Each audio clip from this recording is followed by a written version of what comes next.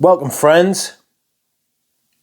Today, we are doing another fragrance rotation video for the week ending the 9th of March, 2025. Scandalous. Time flies, my friends. Time flies. I can't believe it's already the fucking second week in March, like. But here we are, you know. This week has been... It's been weird because it's actually been quite hot on a couple of days. Got up to like 17 Celsius at one point, and then on a couple of other days it's been freezing and raining and fog. Today it's actually quite nice outside. So, yeah. Interesting choices to follow. And on Monday I wore this, and I questioned myself. This is Cardinal by Healey. I questioned myself because this is it's very resinous. It's very thick. It's dense, thicker and denser than I imagined it would be. When you smell it from like the cap and things like that, it's not quite as dense. It's more airy. There's like incense in the air, that kind of thing, you know. Not this. This is on skin, much more resinous, much more myrrhy than I thought it was going to be. Very thick. Labdanum, patchouli, like vetiver even. Obviously it's still got that kind of incensey aldehydic top, but it dries down a lot denser and sweet, you know. It's a lovely perfume. I'm not saying I don't like it. What I'm saying is I might have it in the wrong season. It could be a excuse me, it could be a autumn and winter perfume. I'll try it again and see how it is, but it could be more of a cold weather spring to autumn and even winter perfume, to be honest with you. I was taken aback. Friends. Okay, on Tuesday, considering continuing the Murray theme, this is Bois d'Argent. I couldn't be bothered to go and get the bottle, to be honest with you, because it's a massive chew on at the minute. This has a massive myrrh. This is the Eau de Parfum. I think this is a 2015 bottle, so it's before the disastrous 2017, 2018 reformulation. Again, incense at the top, big myrrh, lots of iris, patchouli, honey. I get a massive honey note in this, very slight. Honey is foreshadowing as well, by the way, because it's coming up again at the end. Sweet, not synthetic sweet, not like today's sweet fragrances, not like candy shop sweet, natural sweetness on the wind, thin sweetness. Very, very nice, very attractive. A beautiful fragrance. I'm going to do a comparison between this and the Eau de Cologne, the original Eau de Cologne that came out in 2004, 20 and 4. In 2004. I genuinely think this is one of the best fragrances of the century, like, you know. I'm not saying it uses all the best materials and all that sort of thing, but it's just, the end result is absolutely immense. It's gorgeous. So, next up we have something that I find actually quite creamy as well, you know. And this is a vintage fragrance, the first vintage fragrance, but not the last in this. And this is Paco Rabanne pour Homme. Paco Rabanne pour Homme is a classic and a brilliant perfume. And it is for a reason. It has an aromatic top, rosemary and sage. It is woody in the mid. I get a lot of like clean wood, almost like lavender, creamy, clean.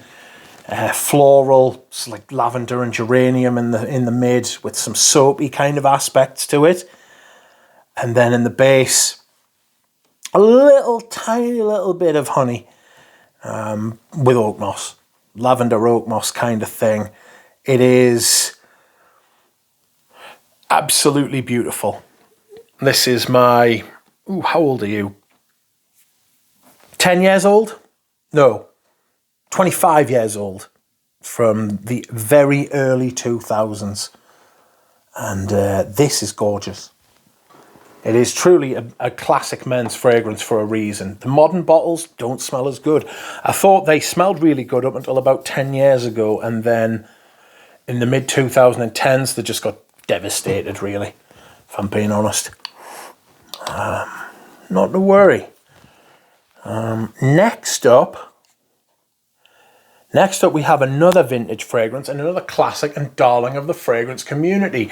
And lo and behold, when I wore this on Thursday, I got a compliment. Scandalous. This is Gucci Nobile. Someone actually complimented us in the wild. I was in the sandwich shop and they were like, "Ooh, you smell really nice." I was like, "Oh, thanks very much." I was shook. So a genuine compliment. I have had very few, as most people, if they're being honest, have, you know. Actual compliments in the wild when you don't ask for them are as rare as hen's teeth. Don't lie.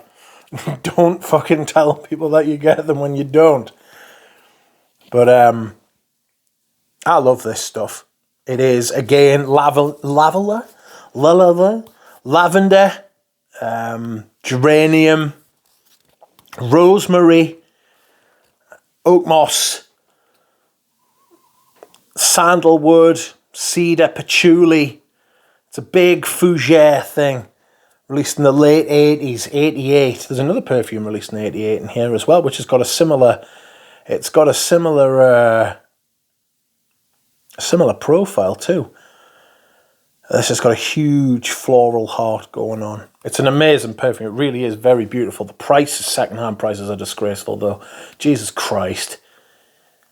But what a lovely perfume this is. It's gorgeous. The bottle's brilliant as well.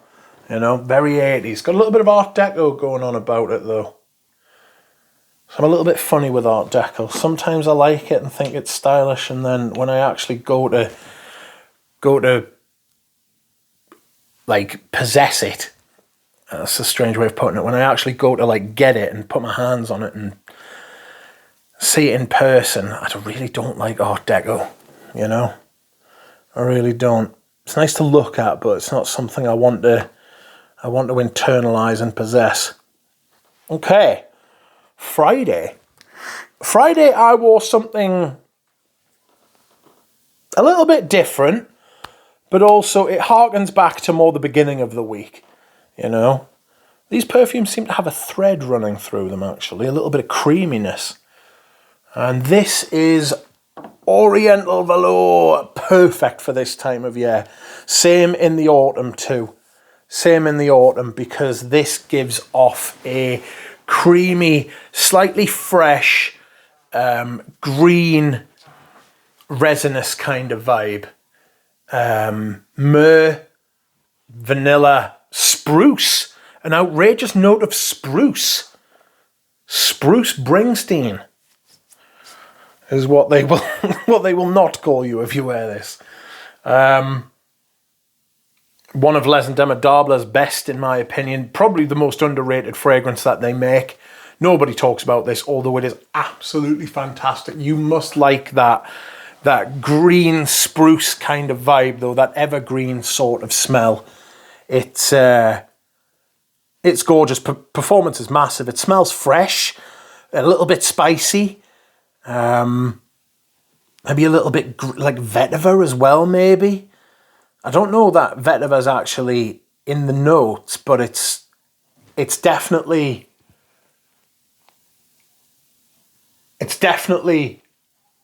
given as a vibe. So I imagine they used the material, if not put it in the notes. Do you know what I mean? Used as a material in the perfume rather than like used as a note. Next up, yesterday, is the fragrance I said was quite similar to Gucci Nobile. And it is. Frankly, it is. And look at the damage I have done to this. Smalto pour Homme. There's barely anything left. Yes, yes, yes. Incredible fragrance. I love this stuff so much. It's so good.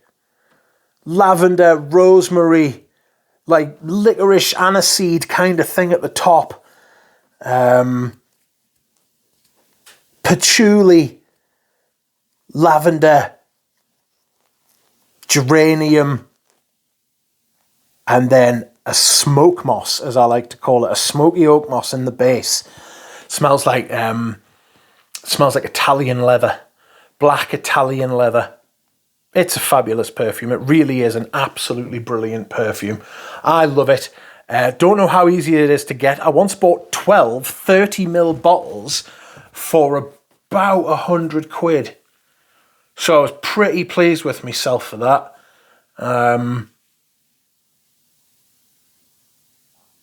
The licorice aniseed, wormwood, whatever it is at the top, gives this kind of difference, dark spiciness to it, you know? Sticks around for a while as well, actually. But, oh, I love this stuff so much. It's so good. It's so, so good. One of the first vintage fragrances I ever owned. And last but not least, my friends, today I am wearing my scent of the day.